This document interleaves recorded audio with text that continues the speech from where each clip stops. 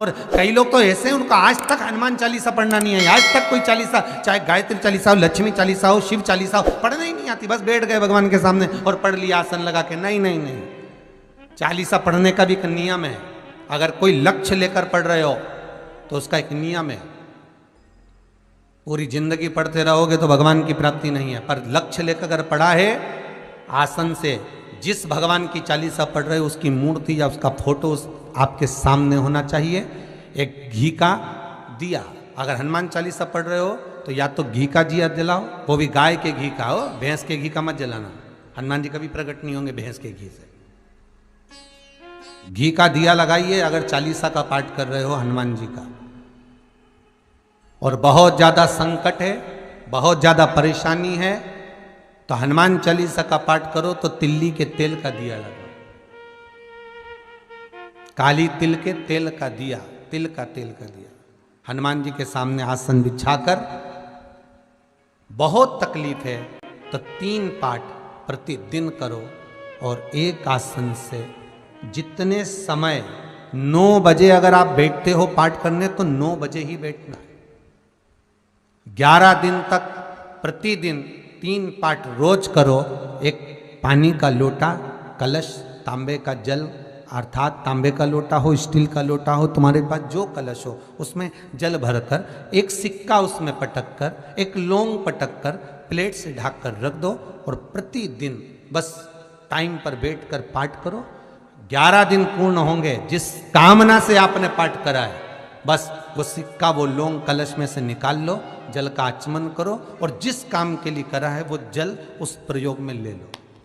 उस प्रयोग, किसी से बात करने जाना है तो वो जल पी कर जाइए, कोई से हाथ मिलाना है तो वो सिक्का, वो लौंग अपने हाथ में रखिए, अपने साथ। बहुत ध्यान दीजिएगा। तुलसी की माला में सुई का प्रयोग नहीं होता, बेलपत्री की माला में सुई का प्रयोग नहीं होता, शमी की माला में सुई का प्रयोग नहीं होता, आंवले के वृक्ष की पत्ती की माला में सुई का प्रयोग नहीं होता, पीपल के पत्ते की माला में सुई का प्रयोग नहीं होता, बड़ के पत्ते की माला में सुई का प्रयोग नहीं होता। थोड़ा ध्यान रखना इस बात के लिए, इसमें सुई नहीं लगना चाहिए। श्री शिवाय नमस्तुभ्यं। कल से एक नियम लेना, शमी के वृक्ष की पत्ती, जैसे ये बेलपत्र होता है, शिव को और गणेश को बेलपत्र, शमी पत्र समर्पित होता है। आपको कथा में वर्णन किया था 33 कोटि देवताओं को भले बेलपत्र नहीं चढ़ेगा पर 33 कोटि देवताओं को शमी पत्र चढ़ता है। और उसमें एक गणेश जी महाराज और एक बाबा भोलेनाथ, इन दोनों को शमी समर्पित होता है, शमी पत्र समर्पित होता है। महाराज कथा में पहले भी वर्णन किया, आज फिर आपको ये शिवलिंग समझ लेना बहुत अच्छे से।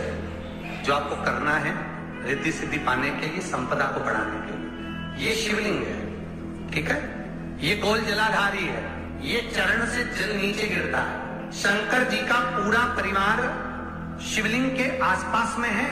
शंकर जी की 5 लड़कियां जो ऊपर से जल नीचे गिरा रही हैं, जया, विष्ठा, शामरीवाणी, द्रौपदी और देव, ये शंकर जी की 5 लड़कियां जिनका नाम लेकर सोने से रात्रि में नींद अच्छी आ रही। एक एक बूंद जो ऊपर से गिरा रही हैं, ये शिव की 5 बेटी। जहां से जल नीचे गिरता है, शिवलिंग का जो जल नीचे जाता है, उसके राइट भाग में गणेश जी का स्थान, लेफ्ट भाग में कार्तिकेय का स्थान, बीच में शंकर जी की सबसे छोटी लड़की अशोक सुंदरी का स्थान। शिव महापुराण की कथा कहती है और गणेश चरित्र अपन श्रवण कर रहे हैं। जिसके घर में संपदा की कमी पड़ती हो, बीमारियां ज्यादा फैल रही हो, बहुत कष्ट हो महाराज, बहुत ज्यादा दुखी हो महाराज, कोई काम नहीं बन रहा, बहुत तकलीफ में हो, तो शमी पत्र, शमी की पत्ती, जहां गणेश जी का स्थान है वहां पर 5 शमी पत्र 5 समर्पित करें और शंकर जी के ऊपर 3 शमी पत्र समर्पित करें। बहुत ध्यान देना,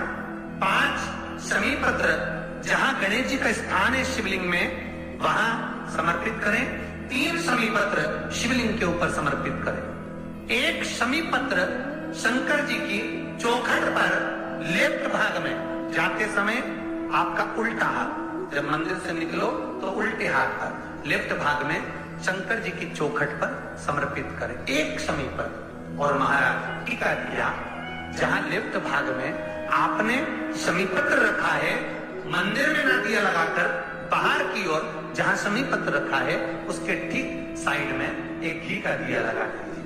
गणेश पुराण कहती है भगवान गणेश जी का मोर ध्वज का मयूर ध्वज गणेश का नाम लेकर जो ये दीप शमी पत्र चढ़ा देता है उसके घर से कभी स्थिति नहीं जाती, वैभव प्रतिष्ठा नहीं जाती। कर देखना, अगले साल तक आपका व्यापार कितना चलता है हमको बताना जरूर। करके देखो एक बार, गणेश पुराण का शिव महापुराण का ये प्रसंग करिए, जीवन में उतार। श्री शिवाय नमस्तुभ्यम, सब बोलिए एक बार जमकर, श्री शिवाय नमस्तु। 5 सोमवार, 6 सोमवार, 7 सोमवार इसको कर देखिएगा।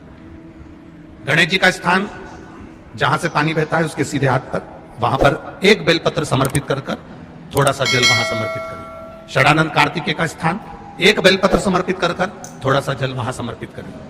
अशोक सुंदरी का स्थान थोड़ा सा जल समर्पित करने से पहले एक बेलपत्र फिर जल। 3 स्थान। चौथा मां पार्वती जी का हस्त कमल, एक बेलपत्र समर्पित कर जल चारों तरफ चढ़ाने के बाद में। 5वां शिवलिंग के ऊपर बेलपत्र समर्पित कर पूर्ण जल शंकर को समर्पित कर देना। ये 5 स्थान का चढ़ा हुआ जल आपके जो काम अटक रहे हैं, जो कार्य में आपको तकलीफ आ रही है, आप बाबा को बस एक बेलपत्र और एक लोटे जल में से 5 स्थान पर जल समर्पित करने पर आप तुरंत 2 महीना भी नहीं लगेगा, मेरा विश्वास कहता है 15 या 20 दिन में बाबा उसको स्वीकार करेंगे। 15 से 20। मान लो कोई ऐसा दुख आ ही गया कि वो कटने का नाम ही नहीं ले रहा, बहुत हार चुके हम जिंदगी से, वो कट ही नहीं रहा। थोड़ा ठीक होता फिर दुख आता, फिर ठीक होता फिर दुख आता, तो शिव और शक्ति का स्मरण करो।